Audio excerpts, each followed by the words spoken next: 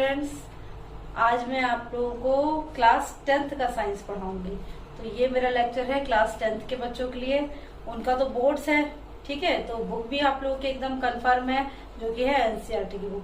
तो उसी में से मैं आपको चैप्टर 7 पढ़ाऊंगी क्लास 10th के बच्चों को।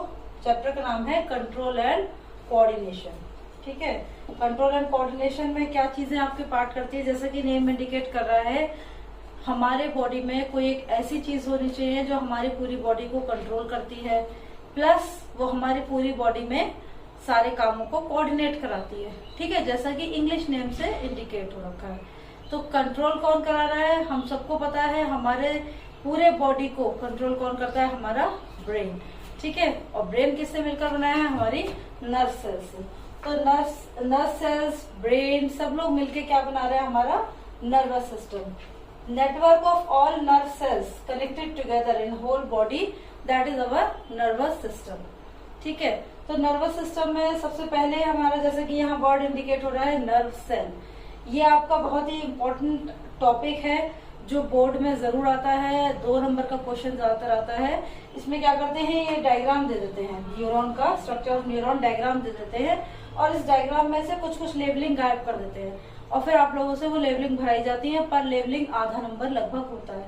ठीक है, तो आप लोगों को ये डायग्राम भले ही आपने बचपन में बनाया है, लेकिन ये क्लास 10th में भी आपको एज इट इज याद करना पड़ेगा, क्योंकि ये डायग्राम आपको क्लास 9th में भी है।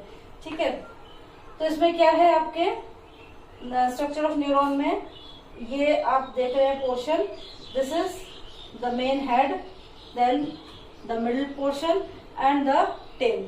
ठीक है, तो हेड में क्या है, ये बहुत सारे like wire kind of system है, इनको बोलते हैं हम डेंड्राइट। इसी हेड में आपका सेल बॉडी है और उसके अंदर न्यूक्लियस है।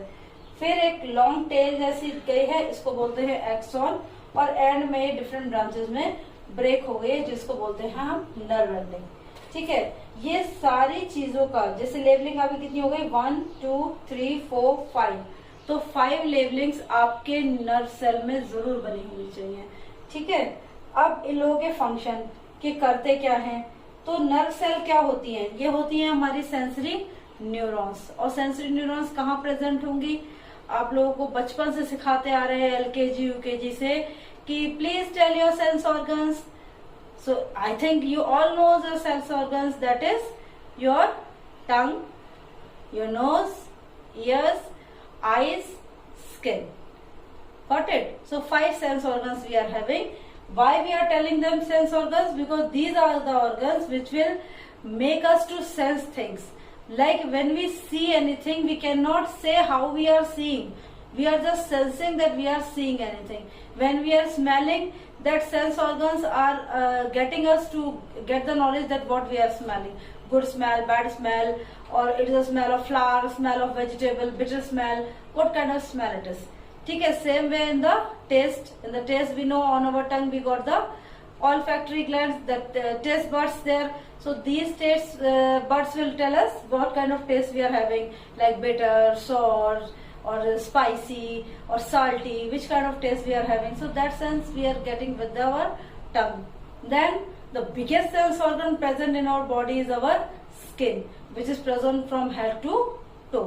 ठीक है, वो सब जगह है। तो ऑब्वियसली जहां जहां हमारी स्किन कांटेक्ट में आएगी, हमको हर तरह का सेंस पता लगेगा, और उस सेंस को पहुंचाने का हमारे पास जरिया क्या है, हमारी पूरी स्किन किससे कनेक्टेड है, हमारे न्यूरॉन्स से, नर्व सेल से। ठीक है, एक न्यूरॉन के बाद दूसरा न्यूरॉन, दूसरे न्यूरॉन के बाद तीसरा न्यूरॉन, इस तरह से पूरा नेटवर्क हमारी पूरी बॉडी में फैला रहता है। इस पूरे नेटवर्क को हैंडल या कंट्रोल करता है हमारा ब्रेन, जो सारा का सारा नर्व सेल से ही मिलकर बना हुआ है। ठीक है, तो अब हमारा सेकेंड टॉपिक, लाइक पहला टॉपिक जनरली इसमें बहुत ज्यादा इंट्रोडक्शन नहीं पूछते हैं, सीधे सीधे क्वेश्चन पूछते हैं, न्यूरॉन का स्ट्रक्चर, ठीक है, और उसकी लेबलिंग। दूसरा क्वेश्चन पूछते हैं कि how information travel from one neuron to another. ठीक है, तो उसके लिए क्या करेंगे हम, इसमें जैसे आपका मैं सिर्फ न्यूरॉन का ये डेफिनेशन हटा रही हूँ, नर्वस सिस्टम का, न्यूरॉन का डायग्राम यही रहने दे रही हूँ। ठीक है, तो क्या होता है, आपने देखा यहाँ पे है डेंड्राइट। ठीक, तो जो सिग्नल रिसीव करेगा, सिग्नल रिसीव्ड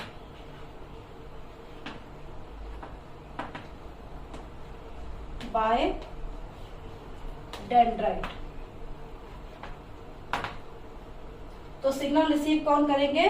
डेंड्राइट। ठीक है, अब डेंड्राइट जब सिग्नल रिसीव करते हैं वो सिग्नल होते हैं आपके इलेक्ट्रिक इम्पल्स के फॉर्म में। ठीक है, ये आपको याद रखना पड़ेगा, टेक्निकल वर्ड है। इलेक्ट्रिक इम्पल्स के फॉर्म में वो सिग्नल रिसीव करते हैं। ठीक है, उसके बाद ये सिग्नल जाते हैं किसमें? ये वाले मिडिल पोर्शन में, that is the cell body. यहाँ पे होता है केमिकल चेंज, और ये केमिकल चेंज कहाँ जाता है? एक्सॉन में। After that it will go to axon. ठीक है, एक्सॉन से it will go to nerve ending. After that nerve ending the second dendrite. Second dendrite. ठीक है, हमेशा जब ये न्यूरॉन्स अटैच होते हैं और क्या होता है, रिसीव करता है ये इलेक्ट्रिक इम्पल्स में, उसके बाद जब यहाँ पे आपका दूसरा नर्व सेल लगा रहता है, यहाँ पे साइनेप्स होता है और फिर ये दूसरा डेंड्राइट वाला न्यूरॉन लगा रहता है।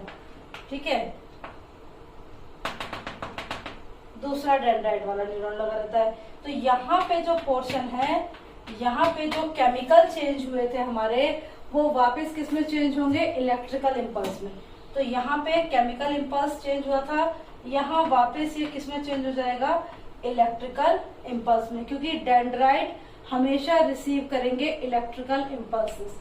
ठीक है, तो इसीलिए सीक्वेंस पूछते हैं एक तो कि ये लोग जुड़े कैसे होते हैं। तो जुड़े कैसे होंगे? अब मुझे ये डायग्राम हटाना पड़ेगा।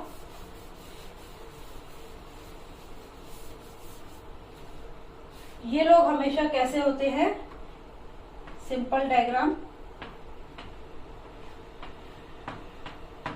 ये हो गया हमारा फर्स्ट न्यूरॉन। ठीक है, यहां से फिर जब सिग्नल जाएंगे तो अगेन यहाँ पे ये इस तरह से जुड़ा रहेगा। तो ये क्या है आपका? डेंड्राइट। ये है आपकी नर्व एंडिंग, फिर ये आपका डेंड्राइट, फिर आपकी है नर्व एंडिंग। तो हमेशा ये भी एक डायग्राम आता है, इनके सीक्वेंस दे रखे होते हैं कि कैसे ये न्यूरॉन्स आपस में अरेंज रहते हैं। डेंड्राइट डेंड्राइट रहते हैं, या नर्व एंडिंग रहते हैं, या ये लोग एकदम अलग अलग पड़े रहते हैं। ठीक है, तो ये लोग कैसे रहते हैं? बीच में कोई कनेक्शन नहीं है, सिर्फ केमिकल्स पड़े हुए हैं, जिसको हम बोलते हैं, इस केमिकल को बोलते हैं साइनेप्स। इसको बोलते हैं साइनेप्स। ठीक है, साइनेप्स के थ्रू जो है केमिकल्स चेंज होते हैं वापस इलेक्ट्रिकल इम्पल्स में, और मैसेज पास थ्रू हो जाता है फाइनली कहाँ? हमारे ब्रेन के अंदर। ठीक है, तो मैसेजेस कैसे जाएंगे आपके?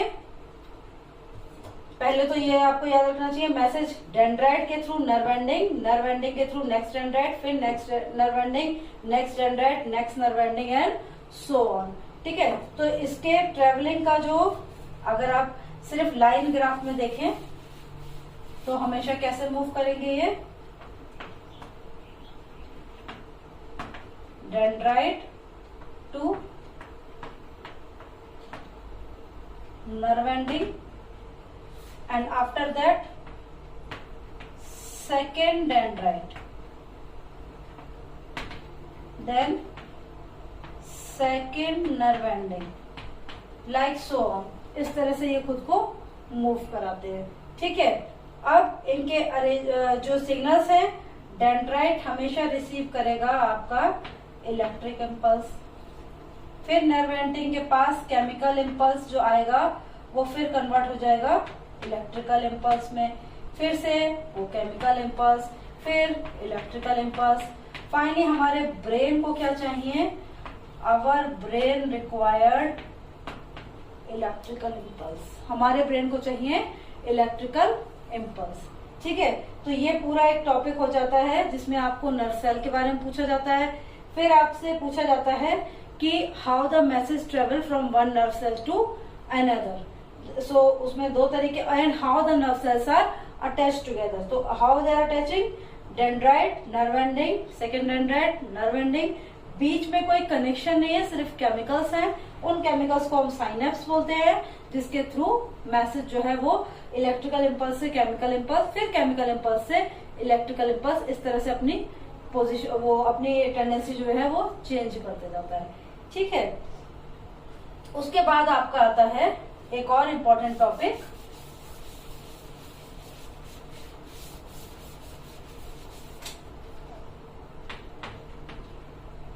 Neuro muscular junction.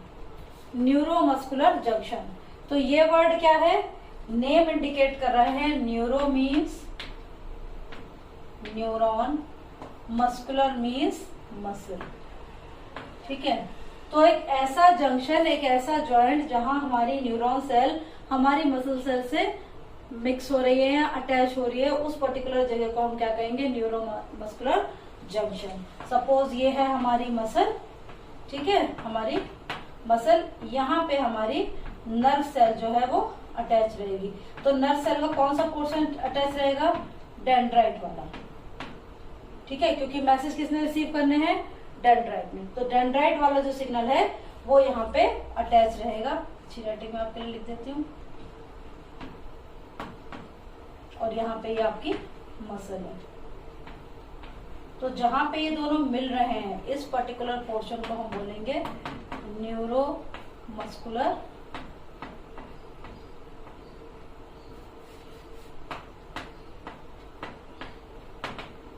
Junction, neuromuscular junction. तो यहां से मैसेज जो है वो टेकन किया जाता है और कहाँ भेजा जाएगा, फाइनली ब्रेन में, फिर वो वापस मसल्स के पास आएगा टू फंक्शन आउट अगेन। फिर हमारा तीसरा टॉपिक, चौथा टॉपिक जो है हमारा, जैसे मैंने क्या क्या आपको बताया, न्यूरॉन का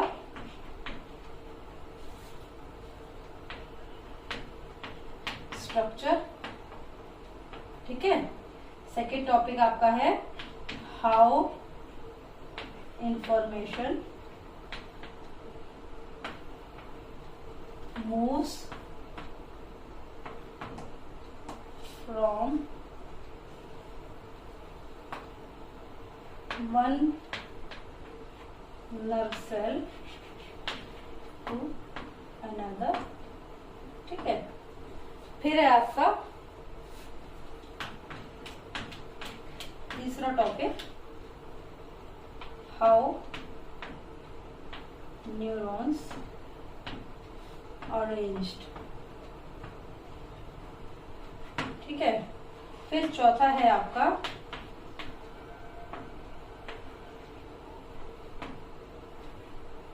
न्यूरोमस्कुलर जंक्शन। ठीक है, इस सब के बाद एक और बहुत इंपॉर्टेंट टॉपिक आता है आपका, जिसको मैं इसके बाद मैं लिखती हूँ यहाँ पे,